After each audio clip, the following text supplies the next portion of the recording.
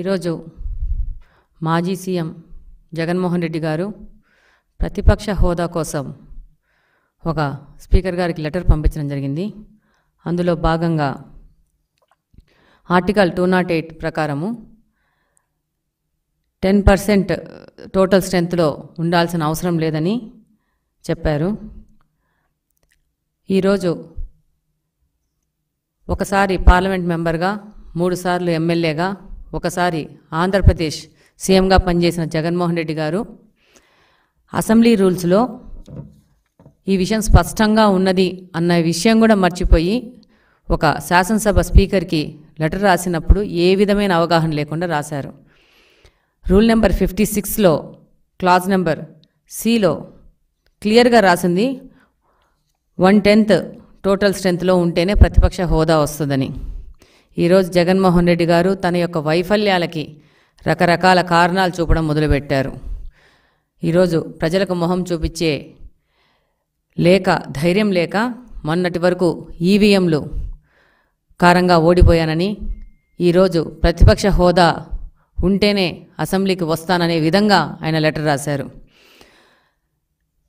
ఇదే సీఎం గారు ఈరోజు ఎక్స్-సీఎం గారు కడప పార్లమెంట్లో ఉన్న 7 స్థానాల్లో పులివెందుల కాన్స్టిట్యున్సీ నుంచి గెలిచారు. మేము కడప అసెంబ్లీ నుంచి గెలిచాం. మన ఇద్దరి పని ఏంటంటే ప్రజా సమస్యల కోసము పోరాడము, ప్రజా సమస్యలు తీర్చే విధంగా మనం పని చేయాలి. కానీ జగన్మోహన్ రెడ్డి గారు మాత్రము అధికారంలో వస్తేనే పని చేస్తాను, అధికారంలోకి వచ్చినాక దోచుకోవడానికి మాత్రమే నేను పని చేస్తాననే విధంగా ఉంది. ఈరోజు ముఖ్యంగా ఆయనకి చెప్పాల్సుకున్న విషయం ఏంటంటే, చరిత్ర ఆయన ఒకసారి గమనించుకోవాలా. ఒక పార్టీ నాయకుడుగా ఉన్నాడు, ప్రతి ఒక్క విషయం 1కి 2 సార్లు చెక్ చేసుకొని ఏది చేసినా ముందుకెళ్ళాలా. 1994లో జనార్దన్ రెడ్డి గారి హయాంలో కాంగ్రెస్లో మొత్తం 294 సీట్లకు గాను 26 సీట్లు ఇస్తే ఆయనకు ప్రతిపక్ష హోదా ఇవ్వలేదు. అలాగనే ప్రమాణ స్వీకారంలో ఆయనను ఆల్ఫాబెటికల్ ఆర్డర్లోనే పిలిచారు. కానీ తెలుగుదేశం పార్టీ యొక్క గొప్పతనం ఏంటంటే, ఈసారి జగన్మోహన్ రెడ్డి గారికి 11 సీట్లు వస్తే ఆయనని మంత్రులైన వెంటనే ఆల్ఫాబెటికల్ ఆర్డర్ లేకుండా ముందుకు తీసుకుపోవడం జరిగింది. అలాగనే 14 నుంచి 19 వరకు పార్లమెంట్లో కాంగ్రెస్కి 44 సీట్లు, ఒకసారి 52 సీట్లు వస్తే మొత్తం 1/10 ప్రకారము 54 రావాల్సి ఉంటే కూడా ప్రతిపక్ష హోదా ఇవ్వలేదు. ఇది భారత రాజ్యాంగం ప్రకారం ఉన్న రూల్.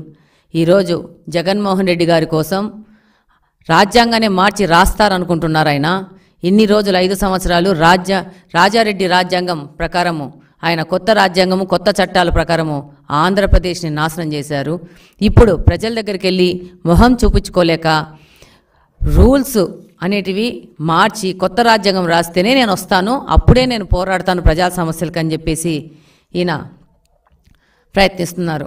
అసలు జగన్మోహన్ రెడ్డి గారు ఆ రోజు స్పీకర్ ఎన్నికలో సాంప్రదాయం ప్రకారం వచ్చి స్పీకర్ని ఆయన స్థానం దగ్గర తీసుకొచ్చి ఆయన్ను మర్యాదపూర్వకంగా వెళ్లాల్సిన సాంప్రదాయం అన్నది. కానీ ఆయన ఆ రోజు కూడా గైర్హాజరయ్యారు. అలాగనే స్పీకర్కు ధన్యవాదాలు చెప్పడానికి ఆయన పార్టీ నుంచి ఒక్కరు కూడా అసెంబ్లీలోకి రావడం లేదు. ఇది ప్రజలందరూ గమనిస్తున్నారు. అంటే వీళ్ళకి అధికారము, రాజకీయాలు అనేది సంపాదించుకోవడానికి, దోచుకోవడానికి, దాచుకోవడానికి తప్పితే ప్రజా సేవ కోసం వచ్చిన పార్టీ కాదు ఇదని ప్రజలు కూడా గమనిస్తున్నారు. ఈరోజు లెటర్ ఇచ్చి తను రాకుండా ఉండడానికి ఒక సింపతి డ్రామా ఆడి ప్రజల దగ్గరికి వెళ్ళాలన్న ఒక ఆలోచన తప్పితే, ఈరోజు నువ్వు ఒక ఎమ్మెల్యే, నేను ఒక ఎమ్మెల్యే, మనం ఇద్దరం వెళ్ళి రాష్ట్రం మన కాన్స్టిట్యున్సీలో ఉన్న సమస్యల మీద పోరాడి అక్కడున్న సమస్యలు పరిష్కారానికి మాత్రమే మనకు ఓట్లు వేశారు ప్రజలు. ఆ విషయం మీరు గమనిస్తే బాగుంటుంది. ఈరోజు మీరు అన్నీ మర్చిపోయినారు. ఆ రోజు 2019లో 23 సీట్లు వచ్చిన తెలుగుదేశం పార్టీలోంచి 6 మంది శాసనసభ్యులను పీకేస్తే ప్రతిపక్ష హోదా కోల్పోతుంది తెలుగుదేశం పార్టీ అనేసి ఆ రోజు అందరి మధ్యన రికార్డులో ఉంది మీరు మాట్లాడిన మాటలు. అలాగనే మీ యొక్క క్యాబినెట్లో పనిచేసిన పేర్ని నాని అనే వ్యక్తి ద్వారా 6 మందిని తెలుగుదేశంలో గెలిచిన ఎమ్మెల్యేలని గుంజాలని మీరు ప్రయత్నం చేసిన మాట వాస్తవం కాదా? ఆ రోజు తెలుగుదేశం పార్టీకి ప్రతిపక్ష హోదా లేకుండా వాళ్ళని చెయ్యాలని ఒక దుర్మార్గమైన ఆలోచన చేసిన మీరు ఈరోజు ప్రతిపక్ష హోదా మీద మీరు అసెంబ్లీకి రాకుండా ఉండడానికి నెట్టడం జరుగుతూ ఉంది. ఆ రోజు తెలుగుదేశం పార్టీ 4 సభ్యులు వెళ్ళినా కూడా 19 సభ్యులతో ప్రతి ఒక్క అసెంబ్లీ సెషన్కి వెళ్ళడం జరిగింది. ప్రజా సమస్యల మీద పోరాడడం జరిగింది. ఒకవేళ మీరు ఏ విధమైన అవమానాలు చేసినా దాన్ని భరిస్తూ ప్రజల పక్షాన్ని నిలబడడం జరిగింది తెలుగుదేశం పార్టీ. అలాగనే 14 నుంచి 19 వరకు మీరు ప్రతిపక్షంలో ఉన్నప్పుడు రాకపోతే మా యొక్క తెలుగుదేశం ఎమ్మెల్యే ప్రజా సమస్యల మీద పోరాడడం జరిగింది. మీకు బాగా తెలుసు, గౌతు శిరీష గారు ఆఫ్షోర్ ప్రాజెక్టుకు నిధులు ఇవ్వకపోతే నిరసన కూడా చేశారు. ఈ విధంగా మాకు మా నాయకుడు మీరు ప్రతిపక్షం లేకపోయినా కూడా పోరాడాల నుంచి 14 నుంచి 19 వరకు మాతోనే క్వశ్చన్స్ వేయించుకొని మాతోనే పరిష్కార మార్గంగా పోరాటాలు చేపించారు. ఈరోజు మీరే పరిస్థితిలో వస్తున్నారంటే మీకున్న 11 మంది ఎమ్మెల్యేలను అసెంబ్లీకి పోకుండా ఇలాంటి చొడ్డులు చెప్పి ప్రజా సమస్యలకు దూరం పెట్టి ప్రజా సమస్యలకు పోరాడే విధంగా లేకుండా మీరు ఈ పార్టీని చూసుకుంటున్నారు. అలాగనే ఈరోజు మీకు వచ్చిన 11 సీట్లు అనేటివి ఈ 5 సంవత్సరాలు మీరు ప్రజలకు వ్యతిరేకంగా పరదాలు కట్టుకొని దురహంకారంతో చేసిన పాలనకు వాళ్ళు రెఫరెండం ఇచ్చారు. ఇది గమనించుకొని కనీసం ఇప్పటి నుంచైనా కానీ ప్రజలకు సేవ చేసే విధానంగా మీరు ముందుకొచ్చి అసెంబ్లీలో ప్రజలకు ఉన్న సమస్యల మీద గలమెత్తితే బాగుంటుంది. అంటే మీరు అసెంబ్లీలోకి రావడానికి ఓన్లీ ముఖ్యమంత్రి అయితేనే వస్తారా?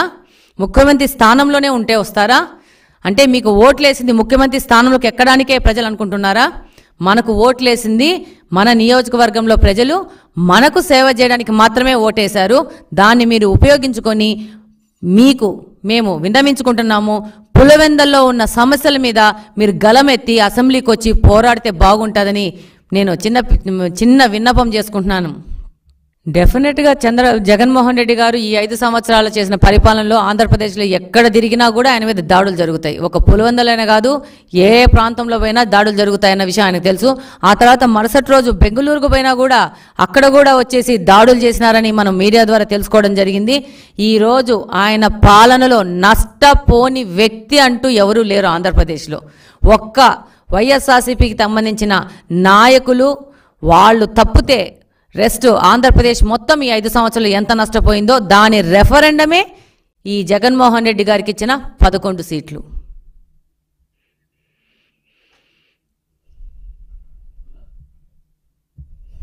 ఇప్పుడు ఆపరేషన్ లేకుండానే మోకాళ్లకు ప్లాస్మా ట్రీట్మెంట్. మీ ఆర్థోపెడిక్ సమస్యలన్నిటికీ రోబోటిక్ టెక్నాలజీ ద్వారా తక్కువ ఖర్చుతో శాశ్వత పరిష్కారం. Free consultation. ప్రతి ట్రీట్మెంట్ పై 20% డిస్కౌంట్.